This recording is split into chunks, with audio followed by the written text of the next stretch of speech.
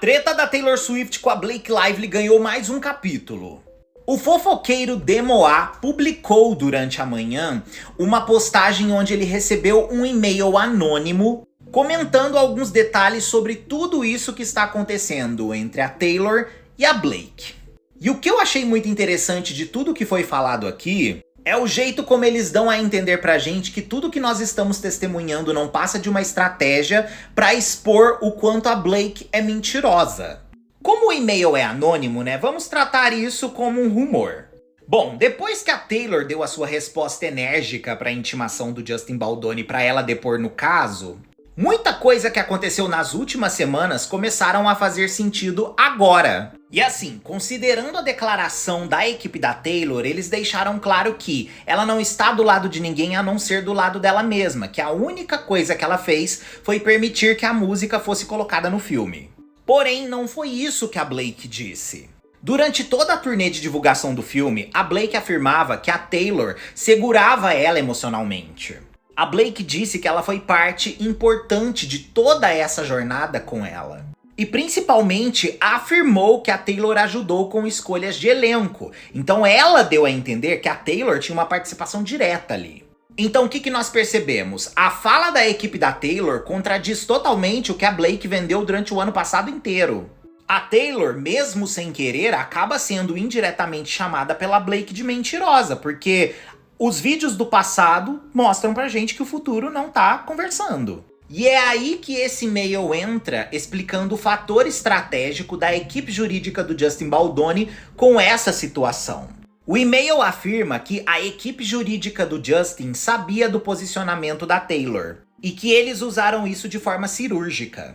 Eles provavelmente nunca esperavam que a Taylor fosse depor. Ou seja, era uma intimação documental. Ou seja, um pedido para apresentar provas materiais. E não há provas, isso já basta. E isso seria o que eles chamam de expedição de pesca. Basicamente você procura evidências que provam de forma contundente a narrativa. Então o fato da equipe da Taylor ter respondido de forma tão incisiva a isso daí, já foi o bastante para eles conseguirem o que eles queriam. O que eles disseram na prática foi: nós não estivemos envolvidos de forma alguma aqui. E isso desmorona totalmente a narrativa da Blake. E mais, dá munição pro Justin Baldoni também, não só contra ela, mas também contra o Ryan. Porque o centro da disputa entre a Blake e o Justin é o uso indevido das amizades da Blake para benefício próprio. Então, se a Taylor nega o envolvimento dela nessa história toda, fica provado que a Blake basicamente usou o nome dela como moeda de influência. E aí fica aquele negócio, se ela mentiu sobre isso, do que mais ela seria capaz? Outra coisa, essa movimentação toda faz aquele unfollow do Travis Kelce, namorado da Taylor Swift, no Ryan Reynolds ganhar um outro contexto. Principalmente porque muitos acreditam que existe uma tensão já de uma conversa que aconteceu previamente que resultou nessa atitude do Travis. Inclusive, muitos acham que o Travis estava por dentro de tudo. Diversos meios de comunicação publicaram matérias dizendo que a atitude dele foi porque ele ficou com medo de ser levado também pra sarjeta junto com o nome da Taylor. Principalmente porque ele já estava com a Taylor na época que tudo isso aconteceu. Então, no final das contas, tanto o Travis quanto a Taylor decidiram não proteger a Blake. Na prática, gente, a Taylor basicamente virou um dano colateral à Blake.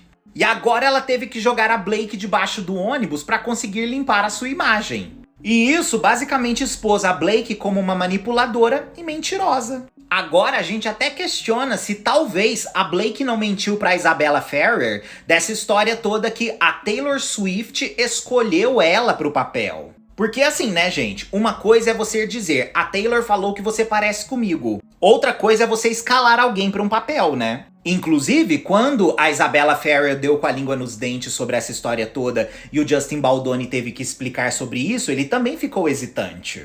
E como essa história surgiu antes ainda do Justin Baldoni com a Blake brigarem, fica ainda mais claro tudo isso.